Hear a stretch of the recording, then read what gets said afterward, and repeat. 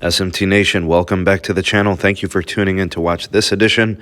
In today's episode, we're going to be talking about AT&T. They are cutting jobs, and they're doing so at a record high clip. All right, so let's discuss this. The story out of lightreading.com and the details of it, essentially. We've got record-setting job cuts from AT&T, 12,000 eliminated in Q3 of 2021. We knew this was coming. We knew this was part of a strategy and a philosophy over the course of the last half a decade or so. Things have gotten rough with the economy, and this is typically what companies do. But even by AT&T standards, this is appears to be a sustained developing situation that they're counting on to help reduce their cost of operation. So this is a huge company. AT&T is massive. It's not national. It's a multinational, international company. So they have cut thousands, and this has become a theme. John Stankey, the company's CEO, took a pay cut, apparently. His standard, I think, base salary is $22.5 million. He approached the board about cutting his salary to $21.0 million. That's really cute and nice. Anyways, the same executive that was a large part of the media acquisitions over the course of the last decade, the monster that became the acquisitions, with AT&T and what they became known for from 2010 to 2020, right? They laid off thousands at a time over the course of a handful of years.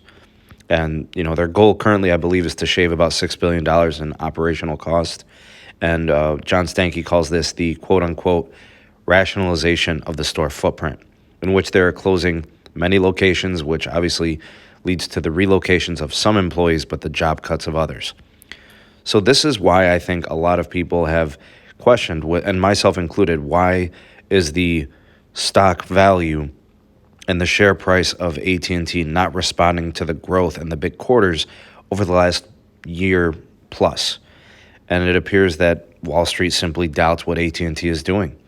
And I think even with AT&T's recent renaissance in wireless and fiber and streamlining their business and maintaining now a focus on what they do as a connection company and not a media company, they still are in a wait-and-see stage.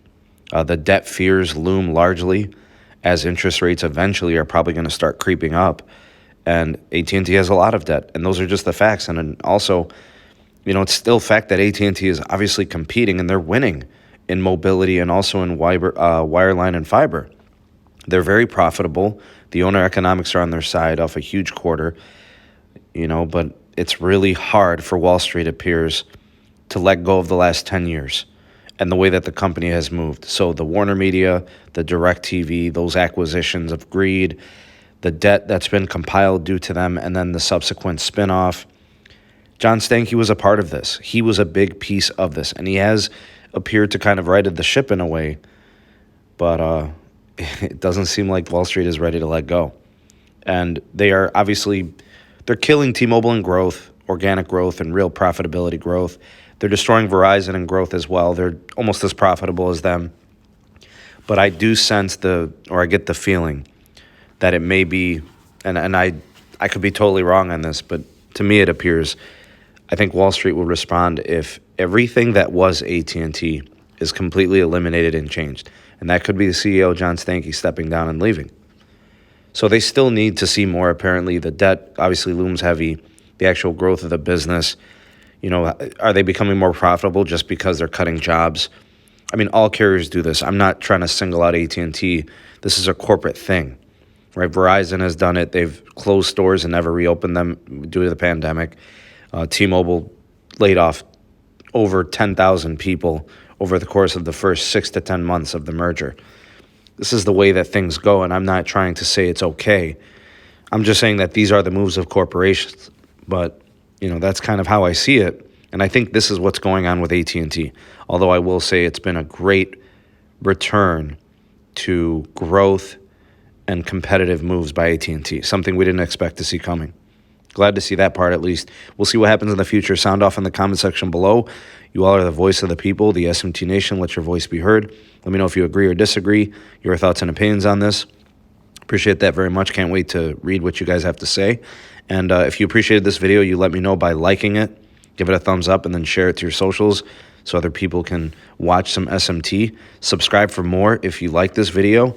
Thank you for taking this opportunity to watch the SMT YouTube channel. If you appreciated this video, give it a like and a share to all your favorite social media platforms.